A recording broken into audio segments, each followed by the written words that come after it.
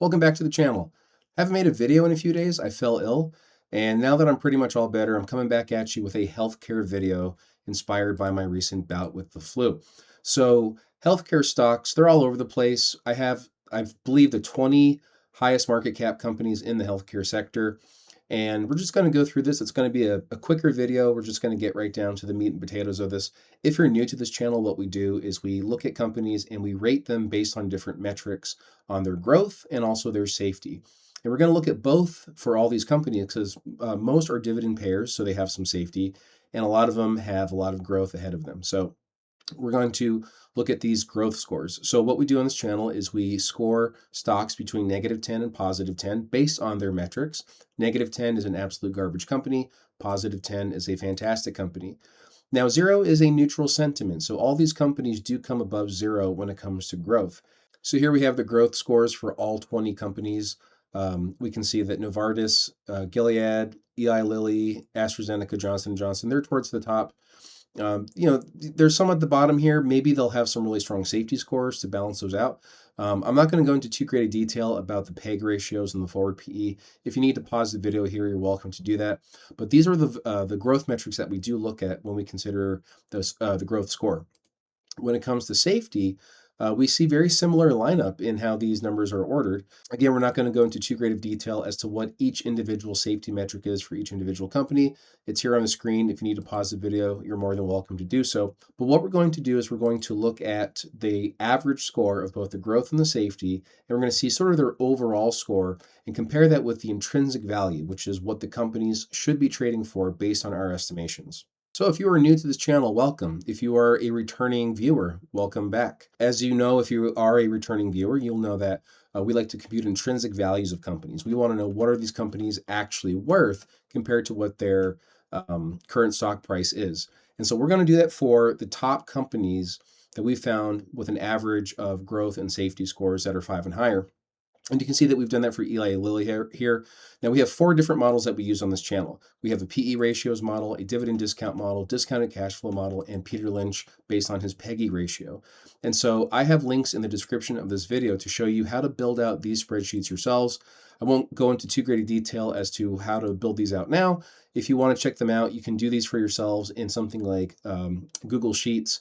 And then you have your own models that you can plug in your own estimates for. You can do it for companies that I haven't covered on this channel. Fantastic tool that every investor needs to have in their toolbox for computing what the intrinsic value of a company is worth. And here are the results. We can see that these are all the companies that had scores of 5 or higher in the average category. So for example, Eli Lilly did not have a lot of safety. It only came in at a 2.5, but it did have very strong growth at 7.5. When we average those, it does come in just at 5. United Health, AstraZeneca, AMGN, they get higher as you go higher up this list. What is interesting to note is that for all 5 of these companies, not only are their margins of safety positive, but they are well above that 20% threshold that we like at a minimum. So Gilead, Bristol Myers, Sanofi, Novo Nordisk, and United Health all coming in with margins of safety at 22% or higher. So that's very, very optimistic.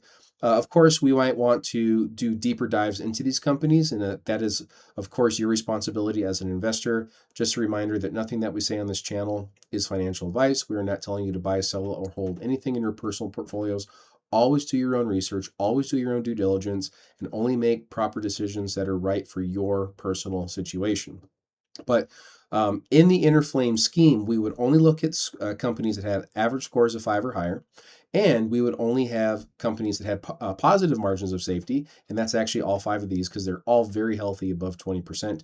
And then if you need to pause the video here, you can see that we have the buy and the buy heavy. Basically what that is thresholds. So for example, if we were interested in Abbott, Abbott is currently trading for 122.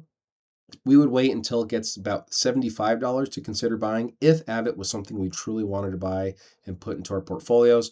And if it ever dropped down to 57, assuming that these growth and safety scores still hold up, then we would buy much more heavily at $57 per share.